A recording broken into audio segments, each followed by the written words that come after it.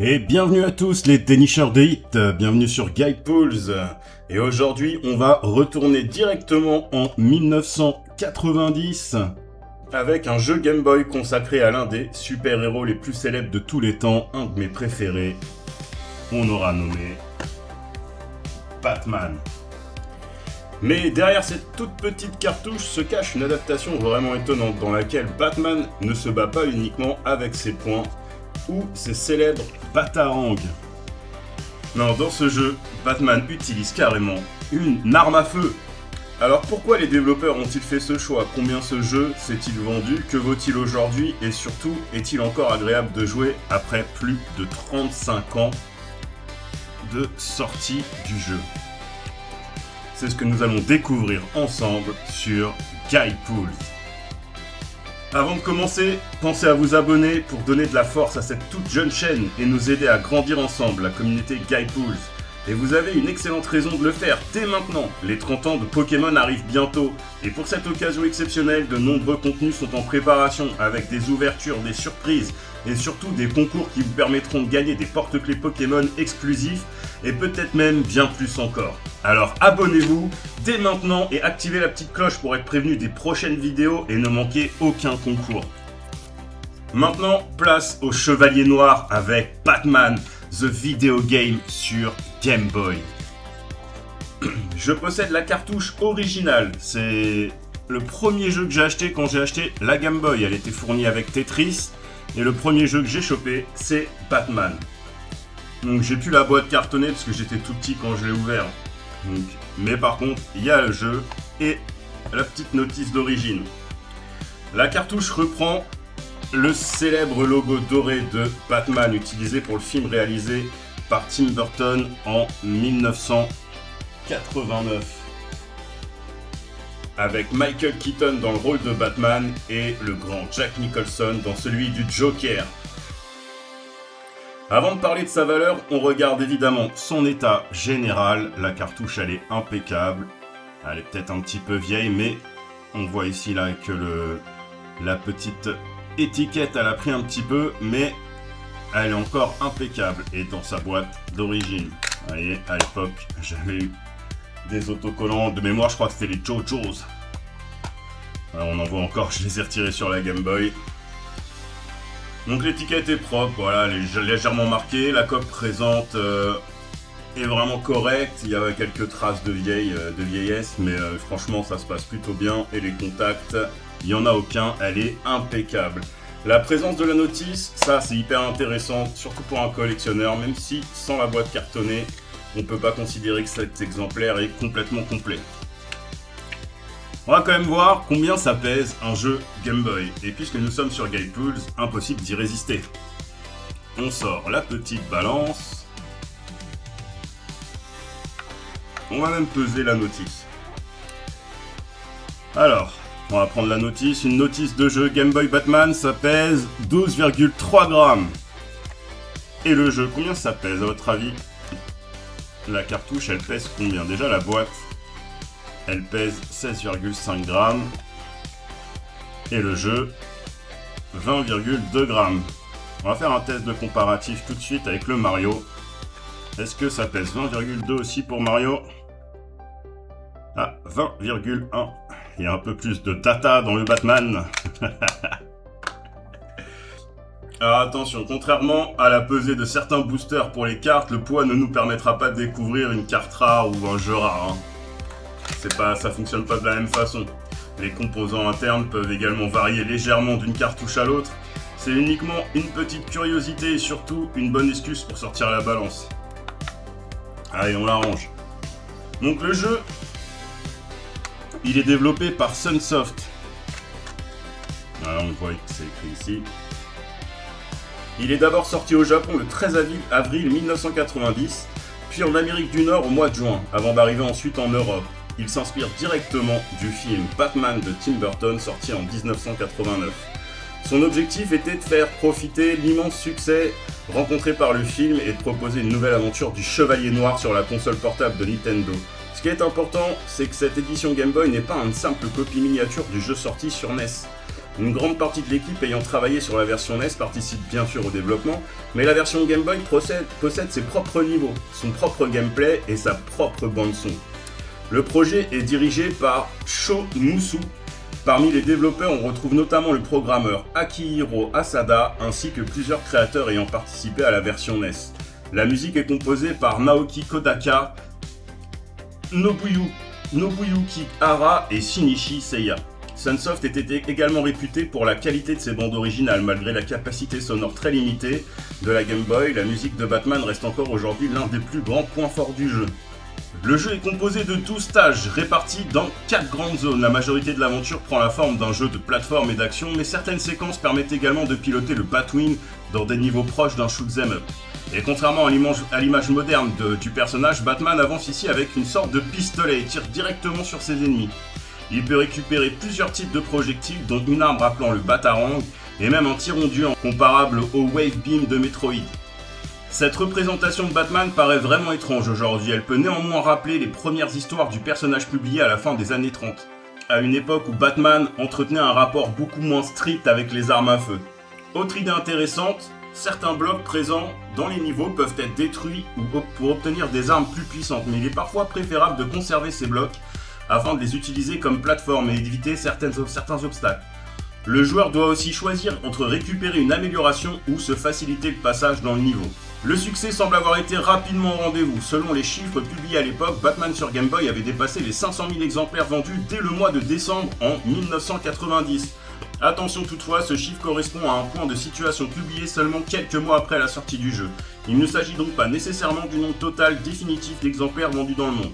Cela reste néanmoins une très belle performance pour un jeu Game Boy sorti au début de la vie de la console. Ce succès s'explique certainement par l'incroyable popularité du film, mais aussi par les très bonnes critiques reçues par le jeu pour sa maniabilité, sa variété et surtout sa musique. Alors combien vaut Batman The Video Game aujourd'hui ? En 2026, une cartouche européenne seule et fonctionnelle se situe généralement autour de 20-25 € selon son état et sa version. Avec une notice originale en bon état, comme l'exemplaire que je vous présente aujourd'hui, on peut raisonnablement viser une valeur comprise entre 35 et 45 €. Le boîtier en plastique protège très bien la cartouche, mais s'il ne s'agit pas d'un élément spécifique fourni avec le jeu à l'origine, il ajoute très peu de valeur. Mais ça reste quand même un boîtier Nintendo d'origine. Les plus beaux exemplaires complets peuvent atteindre aujourd'hui environ 120 à 150 €, voire davantage selon leur version et surtout l'état de la boîte. La différence est donc énorme. Dans le rétro gaming, la boîte cartonnée est souvent l'élément le plus fragile, mais aussi celui qui fait considérablement monter sa valeur d'un jeu. Pour mon exemplaire sans boîte cartonnée, mais avec la notice, j'estimerais ça entre 35 et 45 €. Attention également aux annonces affichées à des prix complètement irréalistes. Ce n'est pas parce qu'un vendeur propose un jeu à 200 € qu'il sera réellement vendu à ce prix. Pour déterminer une valeur juste, une cote juste, il faut surtout observer les ventes réellement conclues. Le moment est maintenant venu de découvrir si cette cartouche âgée de plus de 35 ans fonctionne toujours. Alors on ouvre, on insère, on fait le petit soufflage classique et on allume. Et ça a l'air de s'allumer. Ah, le petit logo qui tournoie, ça fait plaisir. Donc dès l'écran titre, on retrouve immédiatement le célèbre logo emblématique Batman. Visuellement, il faut évidemment replacer le jeu dans son époque. Nous sommes en 1990, seulement un an après le lancement de la Game Boy au Japon. Le personnage de Batman est vraiment minuscule, mais les déplacements sont rapides et la maniabilité paraît plutôt précise. On retrouve un bouton pour sauter et un bouton pour tirer. La prise en main est donc presque immédiate. Batman se promène réellement avec une arme à la main. C'est probablement ce qui surprend le plus lorsqu'on découvre le jeu aujourd'hui. On peut tirer sur les ennemis mais également détruire certains blocs pour découvrir les bonus. Le jeu nous oblige parfois à réfléchir pendant quelques secondes. Est-ce que je détruis ces blocs pour récupérer une nouvelle arme ou est-ce que je les conserve pour m'en servir comme plateforme ? Pour un jeu sorti en 1990, c'est une mécanique plutôt intelligente. Donc les décors restent assez simples mais l'action est lisible et fluide. C'est essentiel surtout sur un petit écran monochrome comme la Game Boy. En revanche, on écoute la musique.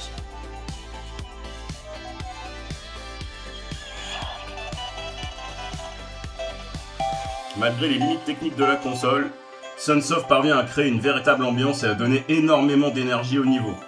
Les premières minutes sont assez accessibles, mais la difficulté augmente progressivement. Les niveaux suivants demandent davantage de précision, notamment à cause des plateformes, des pièges et du nombre d'ennemis. Le jeu ne propose pas de système de sauvegarde, il faut donc recommencer une partie depuis le début lorsqu'on éteint la console, ce qui était parfaitement habituel à cette époque-là. Bon allez, on va faire un petit test du jeu et on se retrouve après.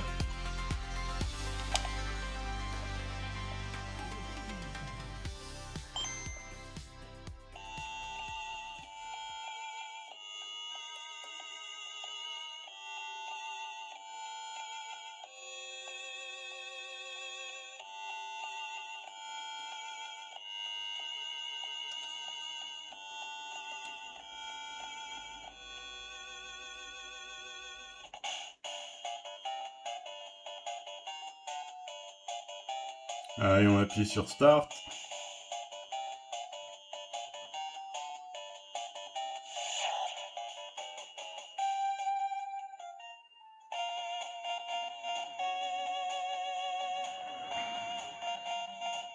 La petite cinématique.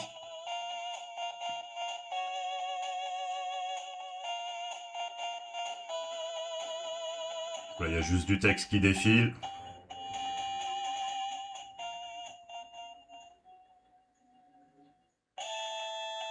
Et c'est parti, voilà, petite virevolte. On est ready. On peut sauter, donc comme je disais tout à l'heure, et effectivement, on peut lancer avec son arme des petites choses.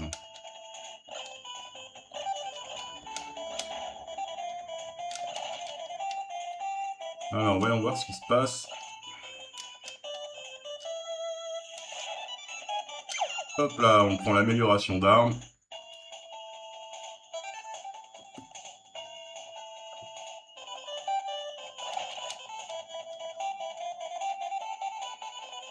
On va attendre que le petit bonhomme y parte. Pam!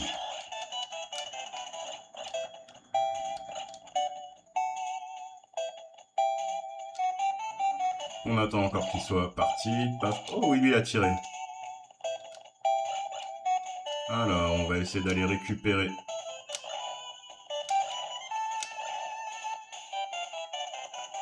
Oups. Alors, qu'est-ce qu'on a là? Petit bonus. Hop. Donc là, on aurait pu choisir de passer au-dessus sans s'en occuper. Hop, lui, on va le tuer direct.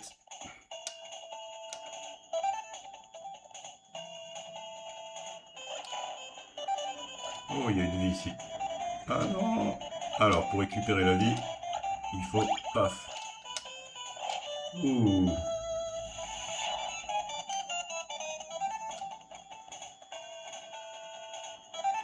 Là, on peut choisir de passer au-dessus et de mourir. Qu'est-ce qui se passe quand on meurt? Ok. On reprend depuis le début, alors c'est parti. On connaît bien, on y va, on marave tout le monde. Vous voyez, là, on a pris le bonus en haut à gauche. Il est plus dispo. Allez, salut, bye bye. Salut, bye bye. Bye bye, bye bye. On bute tout le monde, on n'a rien à faire. Bam, bam, bam, bam, bam, bam. Ah, il y a encore le petit cœur, on le récupère. On s'est fait toucher. Ouh, on va passer par-dessus. Et non, on remet au même endroit. Oh là là. Je suis nul. Allez, on se refait une dernière tentative. Ce serait quand même sympa de finir au moins ce level là. Qu'est-ce que c'est que ce délire? Pour un jeu que j'ai séché à l'époque. Alors on peut canard, non? Bam bam bam bam. Oh, lui il m'a touché une fois.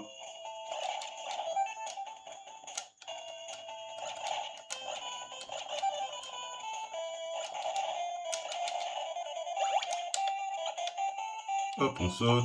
Lui il tombe dans l'eau. On lui passe par-dessus à lui. On s'en occupe pas. Là on essaye de rien détruire. Mais décidément ce passage là, il m'énerve. Allez, on refait une dernière fois. J'aime pas perdre comme ça. Et c'est reparti.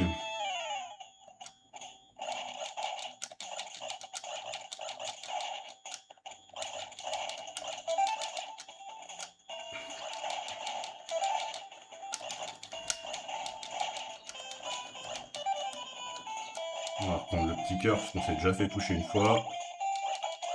On saute pour éviter ça. Allez, le moment fatidique. On va casser ça histoire d'être sûr de passer. Là, on attend qu'ils soient tous les deux passés. Paf, paf, paf. C'est dommage, j'aurais préféré passer par là-haut. Wow. Mais décidément, on n'y arrive pas. Ah là là. Bon, allez. Ah bah voilà, on a perdu toutes les vies. Fin du jeu. On peut continuer ou finir. Bon. Et voilà, c'était le petit test de Batman, The Video Game. Et donc, après quelques minutes de jeu, mon premier verdict, il est vraiment positif. La maniabilité est simple, c'est moi qui suis très mauvais. Et la bande-son est excellente. Le fait de voir Batman utiliser une arme reste extrêmement étrange, mais cela contribue aussi à rendre cette adaptation mémorable. Ce n'est peut-être pas le jeu Batman le plus fidèle au personnage, mais pour un titre Game Boy sorti en 1990, il reste vraiment agréable à découvrir. Alors est-ce que The Batman Video Game mérite encore une place ? Alors, est-ce que Batman The Video Game mérite encore une place dans une collection Game Boy aujourd'hui ? Pour moi, la réponse est oui. Il possède une licence mythique, une excellente bande-son, une histoire intéressante et un gameplay suffisamment original pour rester amusant plus de 35 ans après sa sortie. D'ailleurs là, une fois que la vidéo sera terminée, je vais essayer de refaire le niveau parce que c'est pas possible autrement. Mon exemplaire n'est malheureusement pas complet puisqu'il manque la boîte cartonnée, mais la présence de la cartouche et de sa notice, ça en fait déjà une très belle pièce de collection. Et maintenant j'ai deux questions pour vous. Est-ce que vous aviez le jeu à l'époque et surtout que pensez-vous de ce Batman qui se promène avec un pistolet ? Dites-moi tout dans les commentaires. Si cette découverte vous a plu, pensez à laisser un pouce bleu et surtout à vous abonner à GuidePulse pour donner de la force à la chaîne. N'oubliez pas également d'activer la petite cloche pour ne pas manquer les prochains contenus consacrés aux 30 ans de Pokémon, ainsi que les futurs concours qui vous permettront de remporter des porte-clés exclusifs et bien plus encore. On se retrouve très bientôt pour une nouvelle ouverture, un nouvel objet de collection ou un autre trésor de rétro gaming. A très bientôt les dénicheurs de hits sur GuidePulse.